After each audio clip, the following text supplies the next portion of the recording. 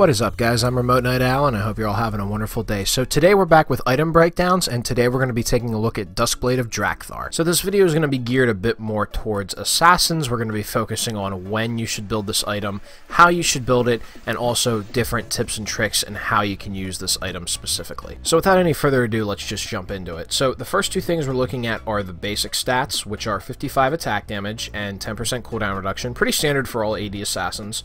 And then the first unique passive on it, which we're going to focus on right here, is plus 20 lethality.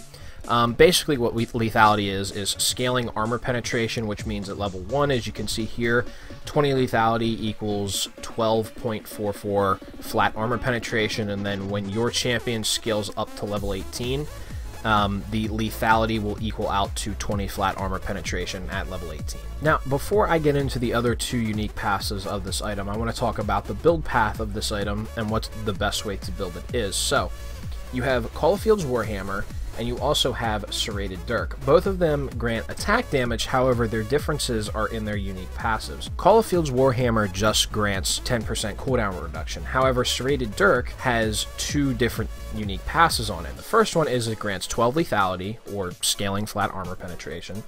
And then it also has this other passive called Headhunter, which reads, after killing any enemy, such as minions for example, your next damaging spell will deal 40 bonus physical damage to all enemies hit. So this includes AoE spells as well, with a 30-second cooldown on it. So with both these passives have been established, the item that we want to rush is Serrated Dirk. Reason being is because that extra lethality, in addition to that extra damage on the Serrated Dirk, that actually has more gold value attached to it than just 10% straight cooldown reduction. So going for the Serrated Dirk is going to give you more kill potential early on versus the Caulfield's Warhammer. So now I want to jump back to the other two unique passives on this item. So looking at the first one, called Night Stalker, it reads as follows. After being unseen for at least 1 second, your next basic attack against an enemy champion will have enhanced effects. The enhanced attack lasts 5 seconds after being seen by an enemy champion, and then melee champions will deal subsequent damage based on level, bonus on hit physical damage, and slow by 99% for 0.25 seconds. And then you also have modified damage for ranged champions, however that does not apply as slow.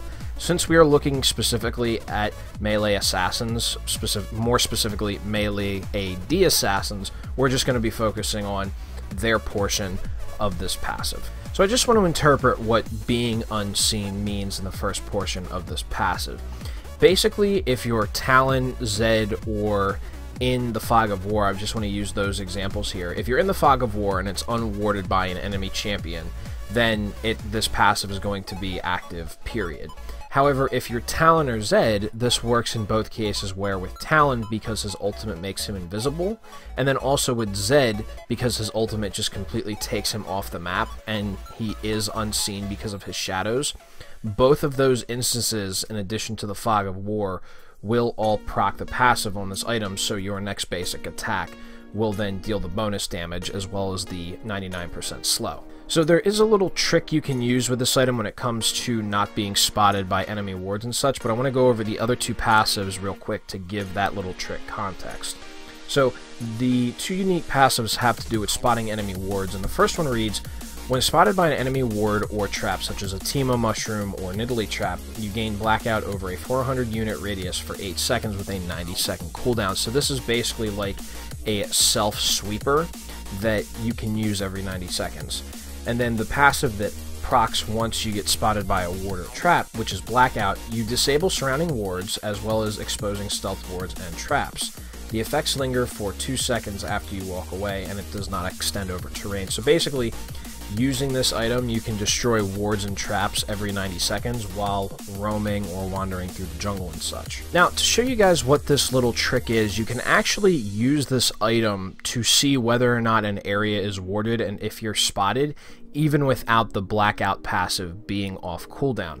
So basically when you're roaming around, you see the little Duskblade icon above your ability bar. So looking at this still image, we can see while I'm roaming up the top lane that there are no wards or enemies in the area because that picture is solid. So keeping in mind the fact that the passive portion of this item will only proc within the first 5 seconds of being spotted, taking a look at this second still image of us roaming up the top lane, we can see that there is a countdown timer on that little Duskblade picture, meaning that even though the Night Stalker portion that spots wards of this item is on cooldown, we know that because this little picture is showing us the damage portion, that area, that brush up there, is warded, and that is considered spotted for us. So we have 5 seconds from that point to not only get the damage off if we choose to go in, but that little bit of information simply tells us that we are indeed spotted and that this area is in fact warded.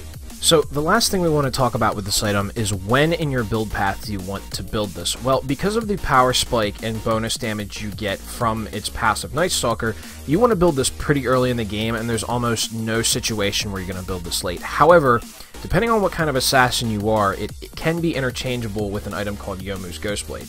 Now, Youmuu's grants 55 attack damage, 10% cooldown reduction, and plus 20 lethality, just like Duskblade does. However, the difference is it has a passive that grants out-of-combat movement speed, as well as an active that grants movement speed for, I believe, 6 seconds. So when it comes to building Duskblade first item versus Youmuu's Ghostblade necessarily, we're going to look at two common types of AD assassins. We're going to look at Talon, and then we're going to look at Zed and how their abilities and their ways of assassinating people differ and how this can influence which one you want to build.